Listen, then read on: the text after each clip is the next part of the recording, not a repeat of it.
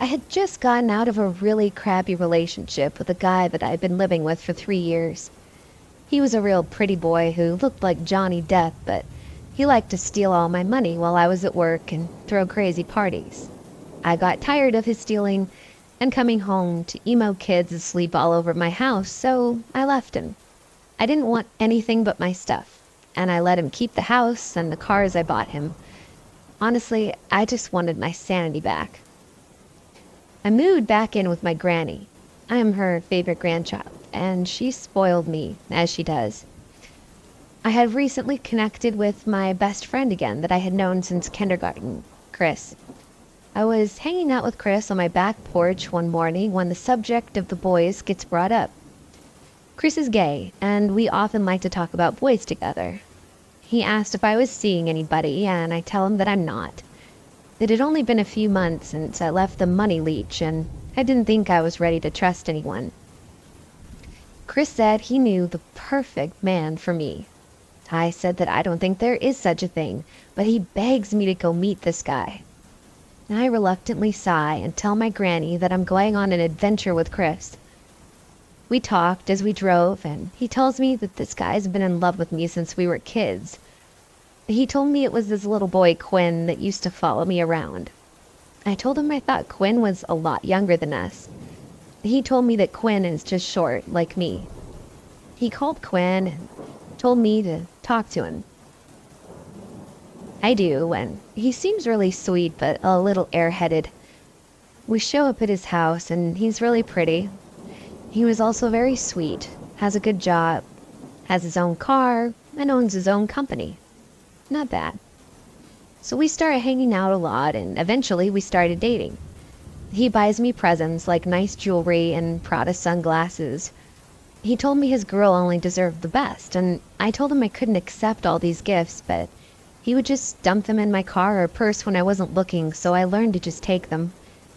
He wanted to always call me and talk for hours and wanted me to call when I got home from his house. I thought he was sweet and just wanted to make sure I'd gotten home safely. The reality set in rather quickly. He introduced me to his entire family within a couple days of us dating. I usually don't introduce guys to my family until we're serious, but whatever. Upon meeting his mother, I learned that it's her house, and he lives there with her. I also learned that he has no job other than doing odd jobs for his dad. I was speechless. He also lied about being my age. I was 24, and apparently he had just turned 18 like the day or so before we started dating. I was so upset I didn't know how to feel. He begs me not to leave him and to take him to my play rehearsal the next day. So I agreed. He showed up in my driveway just as I was leaving for the theater. Chris drove me there and tells me we need to sort out our stuff, and he said if Quinn was gay, he'd be all over him and not to leave him over a few small lies. The whole drive is awkward. I don't want to talk to this guy. I want him gone. He pulls out a diamond ring and tries to propose to me. I tell him no, but he slides the rock on my finger anyway. He said I need to think about it. I go to the theater and things just go downhill from there. He embarrassed me in front of my friends with his ignorance and childishness and threw a total fit because my other friend, Mikey, gave me a piggyback ride. He stormed out, and then his mother started calling to check up on him. I decided I was done.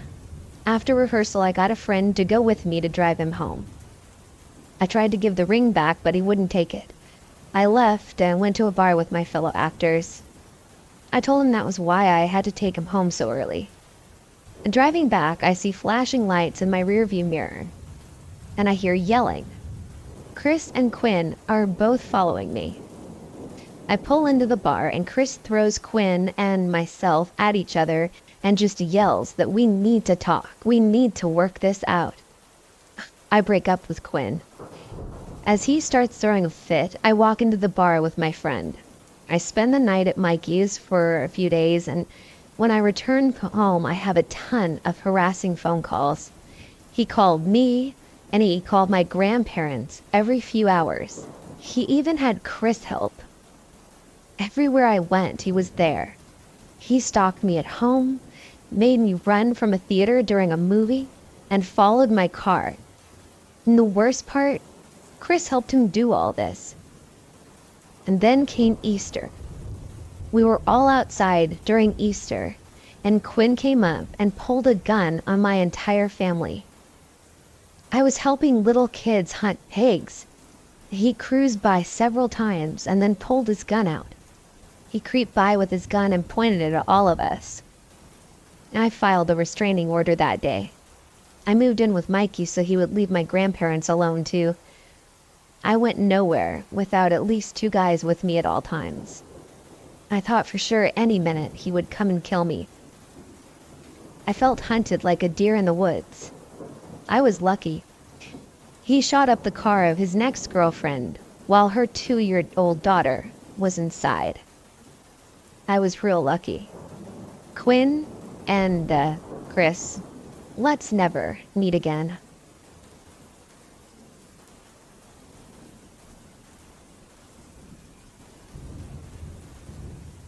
I hadn't thought about this for a while until just now when an animal charity put an alert out on Facebook.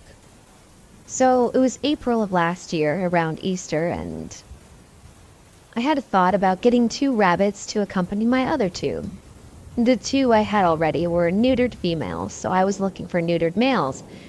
Rabbit, social hierarchy, lifelong buddies, etc.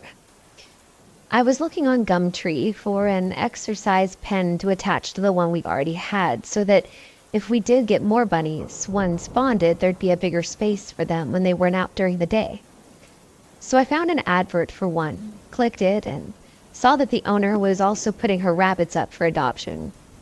It had been one of those dumb things. Her daughter had been excited for Easter, Mom bought some rabbits didn't want to be picked up, kid made them nervous, eventually becomes bored of them because they're not like toy rabbits. It's an unfortunately common story. Anyway, I call up, ask about the exercise pen and the rabbits, and we arrange to meet the next day when the seller's able to arrange to take that morning off work. The next day, she met me off the train in her town. It was more like a village, really. It was pretty small. And we walked to her house. She was a really nice lady and had a Belfast accent. This is all happening just outside of Glasgow, by the way, and as an English immigrant to Scotland, it was just nice to hear a different accent.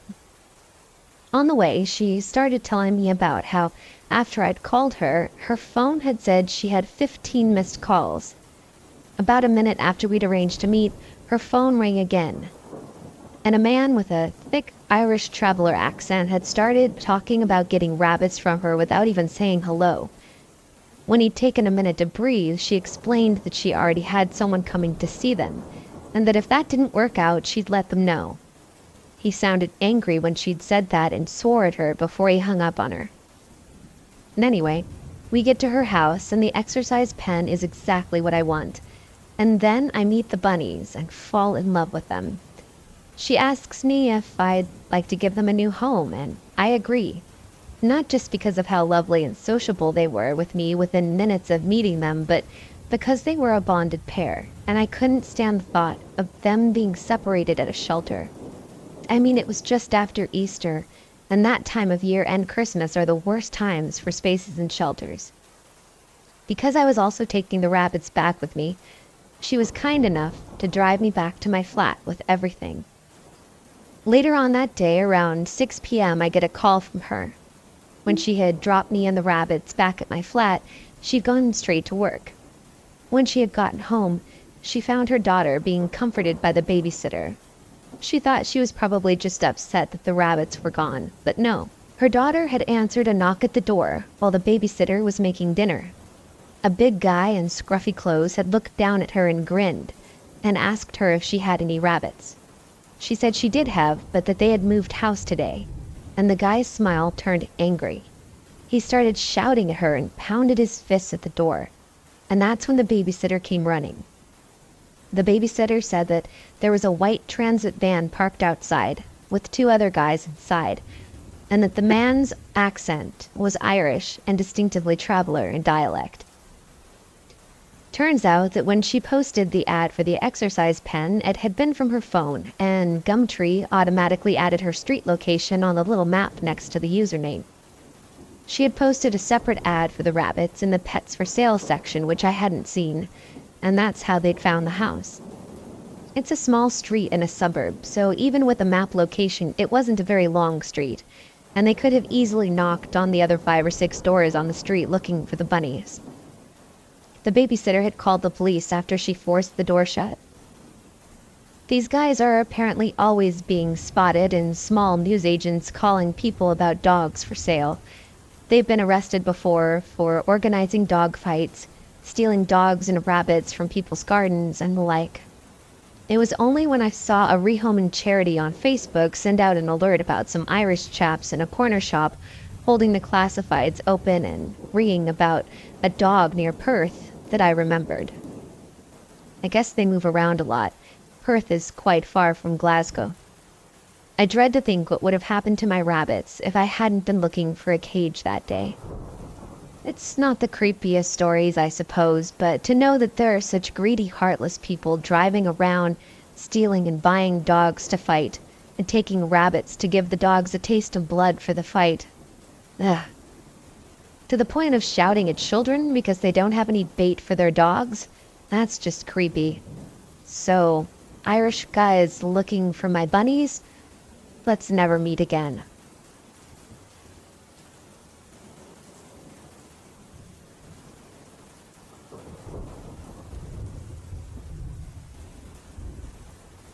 I'll start by saying that I've never been close with this particular uncle. He's not related to me by blood. He's married to my mom's sister. He's always kind of weirded me out in a sense because he's usually very drunk and constantly swearing. I don't have anything against swearing, but he does it too much and it's just very off-putting. He also has a very red face. Now, I don't see this side of my family often because they live about 5 hours away. A thing like that can put a strain on familial relationships. So, my mom, my sister, my nephew, and I had driven to see them for Easter weekend when I was around 15 years old. I always have had issues with car sickness and had to take Gravol, which has never failed to knock me out. When we got there, I was still pretty out of it and not really awake. I certainly wasn't in a talkative mood, so I went to lie down on the couch. As was, and still is, my habit, I curled up on the couch, really only taking up one cushion. The Gravol was still making me drowsy, but I didn't completely fall asleep. I don't really know how to explain this sort of state, but I wasn't really awake and I wasn't entirely asleep. Anyway, at one point I felt someone sit down next to me, and I could hear that it was my uncle. He had said something in his unmistakable voice that made him sound like he was from Newfoundland even though he's not. I didn't really think much of it. I mean, it was his house, right? He could sit where he wanted. Thinking about it now, though, it was a little odd because the couch had 3 cushions to seat 3 people. He made the decision to sit on the middle cushion closest to me, even though it certainly would have been more comfortable for both of us in terms of space for him to sit on the opposite end of the couch. Then, I felt a hand on my thigh. I wasn't awake enough to do anything about it. Maybe I was too afraid, I don't know. And his hand stayed there for a while. Everyone else was sitting outside on the deck, and it was only he and I that were in the living room. So naturally, no one else saw this. I'm not quite sure how long this lasted. When I was fully awake, he was gone. I told my mom, and she was instantly furious and wanted to tell my aunt, but I was afraid and I didn't want her to. I was worried that maybe in my only semi-conscious state I had made a mistake. Had I imagined it? I knew I hadn't, yet part of me wanted to think that I had. My mom convinced me it would be okay if she told my aunt, so I let her. Now, this came at a time when my uncle had started drinking more heavily, and as it happened, he'd been rather drunk when we had arrived. Thus, my aunt made the decision not even to mention it to him. She figured he was probably too drunk to realize he'd even done it. The rest of the weekend I was totally uneasy. I had nightmares of my uncle sneaking into the room I was staying in, but fortunately that never happened. Because of this incident, I've been hesitant to visit my aunt and my cousins at all because I don't want to encounter him. And I don't want to stay in the same house as him. He creeps me out, and I think I'm legitimately scared of him. My mom and sister managed to convince me to go with them to visit for Thanksgiving. I stayed at my cousin's house while we were there and avoided contact with this uncle as best I could.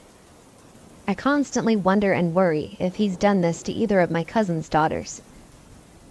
Also, and I don't know if this adds to this at all, but it says something to me. My nephew, who at the time of the Easter incident was just a few months old, was terrified of him. When we visited during Thanksgiving, he would have just been under 2 years old by then and still didn't care for the man, and wouldn't let him pick him up. So, creepy uncle? Let's not be.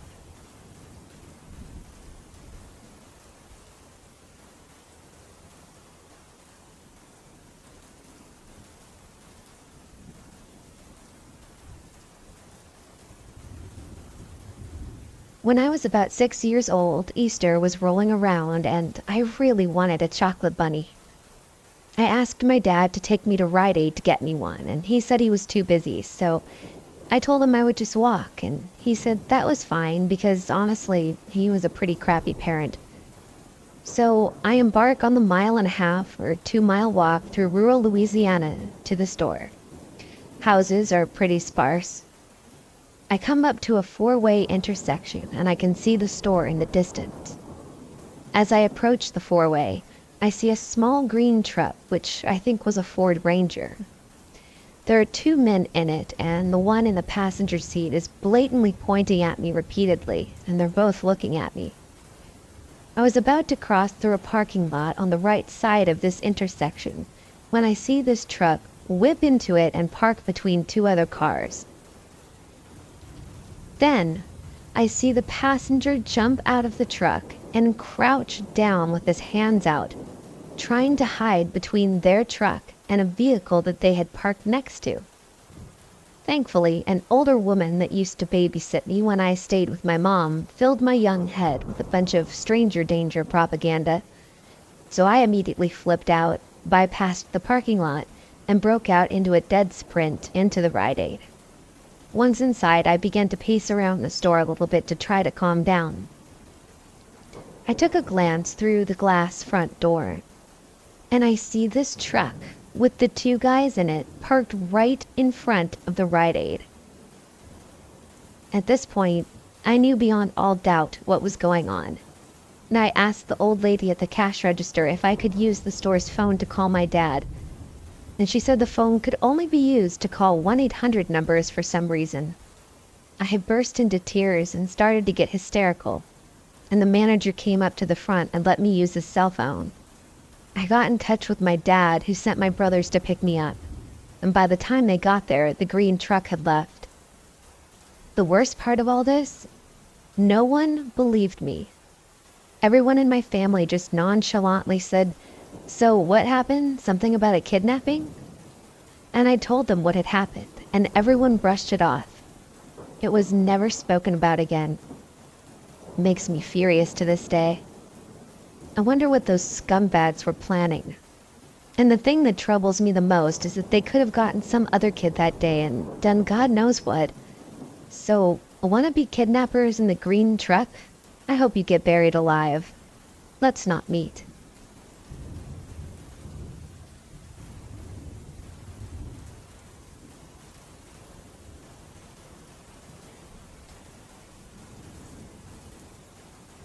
So, I've never been a big believer of ghosts, or maybe it was just a fear of believing. But in the recent months, I've been changing my way of living, my faith, my beliefs, my fears, etc. Since I have become more open-minded, something unexplainable happened twice in the past week. I've been living at my apartment since August in downtown Suffolk. They're old buildings that were renovated. I've never had any paranormal experiences here before. I have 4 children, and they have never been scared or had anything unusual happen. On Easter night, I woke up a few times during the night, and while I lay there, dozing back off, I hear jelly beans dropping, bouncing, rolling around on the dining room table where all the kids' Easter baskets are. I only have a 2-bedroom apartment. My son has his own room, and my daughters all share a room. And I set up my own room as sort of a loft or studio apartment, sharing it with the living room, kitchen, and dining room. So I look up to see if the kids are getting into their baskets, but I don't see any of them. So I go check on them in their rooms, but they're all sound asleep. While this is going on, the candies have stopped jumping around and playing. I go back to bed, brushing it off. I wake up another time and I can hear the candy again bouncing and rolling around. Then nothing. And no candy has come out of the baskets. No candy is on the floor or on the table, so I just assume we have a mouse. Fast forward to just a few moments ago. I woke up at like 5:15 and began dozing off again. And here comes the bouncing, rolling candy noise again. So I look over at the table. Nothing. I sit up. No candy noise. I cut on all the lights, and I flip the house upside down looking for candy. Any round candy anywhere, specifically on or around the table. Nothing. I even clean up stray candy wrappers from the floor, but there's no candy anywhere. Only in the baskets where it belongs. I look for rodents. I listen. Nothing. I turn my back, walk back to my bed, and sit in it. And then I look over at the table. And there's candy. On the floor, in front of the dining table, with bites taken out of them. I am not kidding. I could never tell my kids because it would terrify them, so here I am, sharing it all on the internet. Needless to say, I'm a believer. I am a very strong believer. But with my recent self-changes, I'm not as terrified as I would have been before. I've told people about Easter night, but everyone brushed it off like there was some simple explanation. I don't really know what happened, but needless to say, I didn't tell my kids, and we had a wonderful Easter anyway.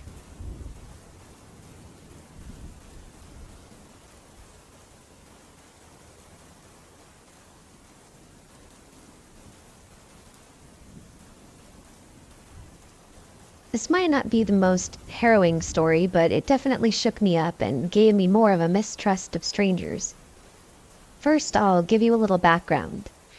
I'm female, and growing up, I lived in a terraced house in a very small town in the north of England. While it wasn't the nicest part of town, drugs were a problem, and for a short while a pedophile lived on my street, I generally felt quite safe. My mom was, and still is, a worrier, so she always drilled stranger danger into me growing up.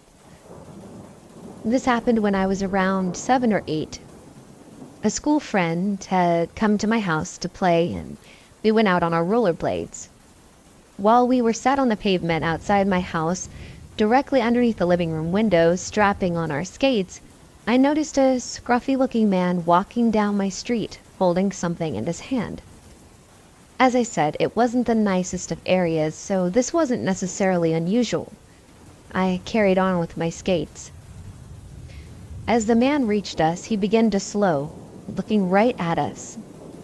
This made me feel a bit uncomfortable, but I just put my head down and carried on. My skates were a nightmare to put on, so many straps. Once he reached about 10 feet away from us, he stopped. Not saying anything, just staring. I started getting really scared now, trying to catch my friend's eye for help. My friend hadn't noticed him up to this point, as she had had her back to him. Only when he spoke did I look at his face. I don't remember much about him other than his lips. They were horribly chapped and cracked. I remember that I was surprised he could speak with such sore-looking lips. He mumbled something about chocolate, and held up a crushed-looking Easter egg box. I remember thinking that Easter had been ages ago, so it must have been quite old, and he moved closer towards us. My friend had now noticed him and shuffled along the ground to me, looking a bit scared herself.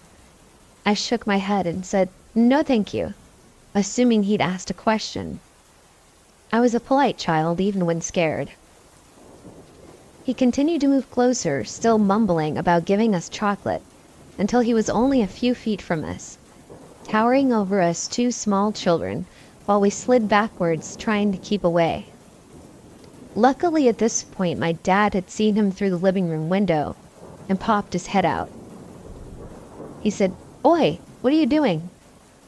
The man looked up, surprised, and mumbled, trying to sell chocolate."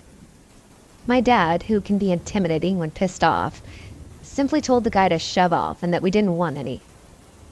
With that, the man shuffled off, turning his head to stare at us while he did. Safe to say, we didn't play on our rollerblades that day and just stayed indoors instead. Maybe he was just a druggie trying to sell chocolate for drug money, or maybe not. I'll never know. Either way, overdue Easter candy guy, let's not meet.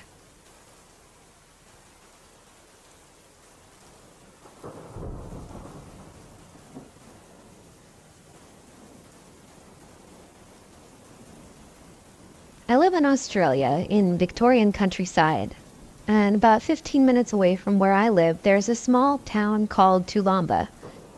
My boyfriend grew up there and knows the area extremely well. Every year, over Easter long weekend, they hold a fishing competition where locals camp in the bush along the Goulburn River. We camped in a different place than they usually do, but to me it was no different since this was my first year camping with them. It was a nice little open area next to the river and a fair bit away from the other camps. The next closest group of people around was about a 10-minute walk away. We stayed from Thursday night through to Monday morning. Thursday and Friday night were fine. We all stayed around the campfire, drinking, eating, and having a great time, fishing during the day. I did hear footsteps from my tent on Friday night early in the morning though, but I can pass that off as one of my friends or an animal in the area. Saturday night I went to bed early, around 11 o'clock p.m., while everyone else stayed up listening to music and drinking around the fire.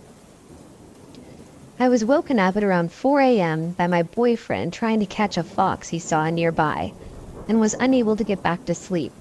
So I decided to get up and go to the campfire where 3 of my friends, including my boyfriend, remained awake.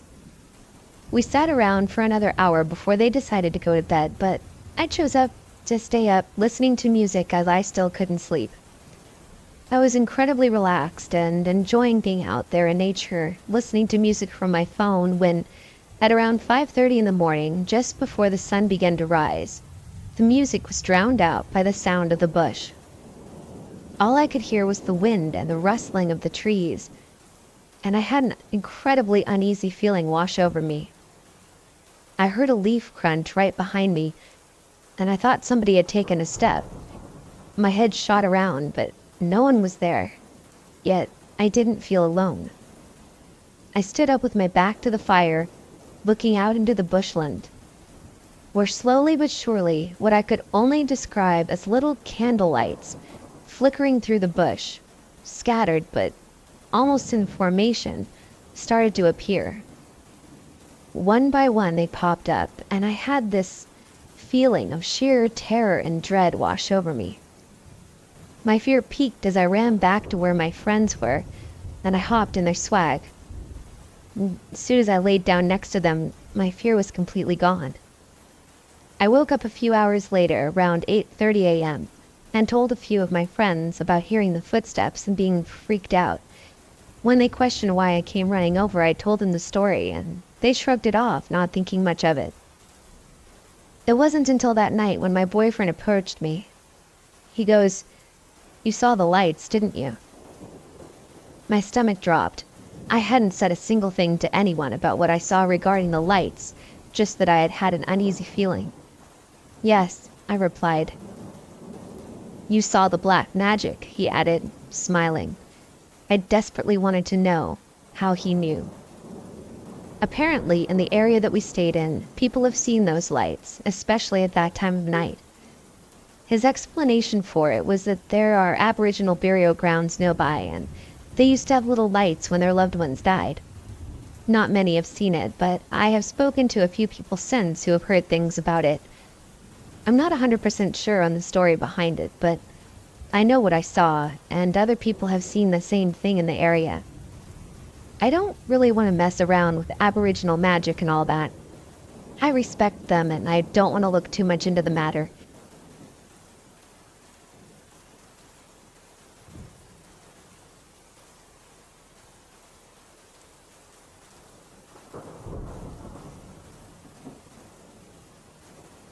I've read a lot of terrifying stories, but something happened to me when I was a child that scared me just as much. It's not as bad as some, but even now, over 20 years later, it still sticks with me. When I was around 10, my parents belonged to a local bowling team, and sometimes they'd take my siblings and I along to the bowling alley to go and watch. This particular night happened to be the night before Easter. My younger brother and I decided to grab a bowling ball and sit in the carpeted walkway and just roll it back and forth because we were bored. While we were doing that, a man approached and started talking to us. He seemed nice at first, just asking simple questions like, "How are you doing?" and "Are you excited for the Easter Bunny?" and "You gonna get lots of candy?" I didn't think anything of it, so I just politely answered his questions. Then, out of the blue, this guy whispers to me, "I know where you live. I'm like the Easter Bunny, but instead of candy, I'm gonna come into your house and kill you and your family." He then rambled on, basically repeating that over and over and over, and stuff about it being our last night to live. I just remember looking at the man speechless, and getting up, grabbing my brother, and going to find my parents. I didn't tell them what he said, and in hindsight I definitely should have. I was terrified all of Easter that year, because I was so scared that this man was actually going to come to our house and kill us. So, creepy man in the bowling alley? Let's never meet again.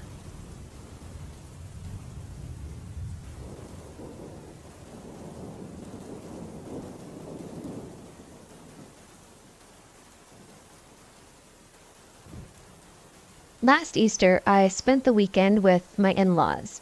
We were on a holiday park in the Netherlands, where I live. After arrival, we ate some French fries, played some board games, and then we went to bed. And that's when the paranormal experience started. I think I'd been asleep for about an hour when I woke up and heard my girlfriend talking in her sleep. That was weird, because in the last 2 years we'd been together, I had never heard her talk in her sleep. I went on listening, and she kept repeating the same sentence time after time. There was a weird sentence that I'd never heard her say before, and it was in the Old Dutch language. The sentence was, "Gij zult sterven. You must be dead." I made her wake up, and she said she didn't know anything about the sentence. The next morning we discussed the night before, and it made her scared about the house. I told her there's nothing to be afraid of. Last night, which was our last night in the building, I was awakened again, but not by talking. The door was open, and there was a strange presence in the air. It was strange enough that the door was open because we always sleep with it closed. I looked out into the doorway and saw a dark figure standing there, and I got very cold and had goosebumps everywhere. I was afraid, and so, like a kid, I hid my head under the covers. After a while, I looked again, and it was gone, so I fell back to sleep. The next morning, when I told my girlfriend about it, she said she had to laugh about it because she thought I was dreaming. Have you guys ever had such an experience?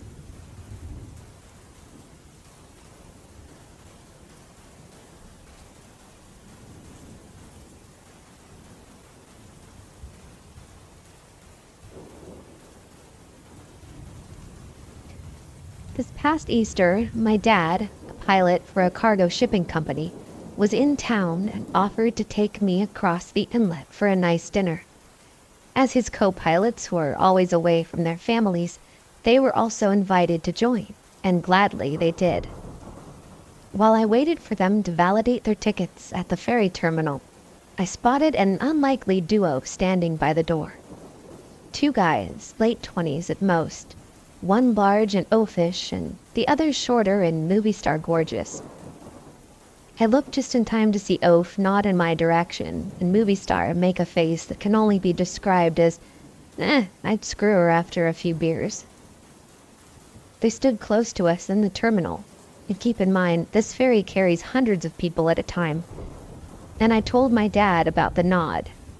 He laughed and continued talking to his co-pilots next to us. Every time I looked over, movie star was already looking at me. I shook my head. We sat on opposite ends of the ferry, Oaf and movie star debarking before us. I was glad they were gone.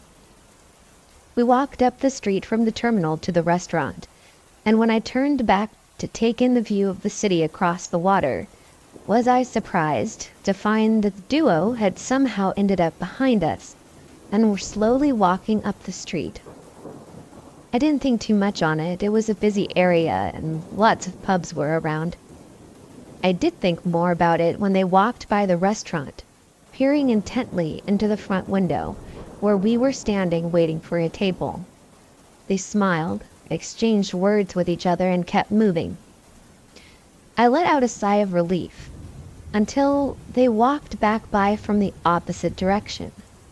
They stopped, leaned on a bike rack in front of the restaurant for a few minutes, and then left. Movie star was staring over his shoulder the whole time. Over dinner, I informed my dad and his co-pilots of the events that had transpired without them even realizing it. They laughed about it, and eventually they even had me laughing about it too. We had never seen the pair of guys again. But 3 hours later, as we waited for the return ferry, I was talking to our company, recounting a story from earlier at dinner, when I spotted Oaf and movie star over my dad's shoulder. Movie star was looking my way. Scratch that, staring my way. I quickly informed the guys. They were shocked and kept looking back at the pair. There was a miniature showdown in the ferry terminal as each party stared each other down from opposite ends. Long story short, I ended up getting a 3-man escort home that night.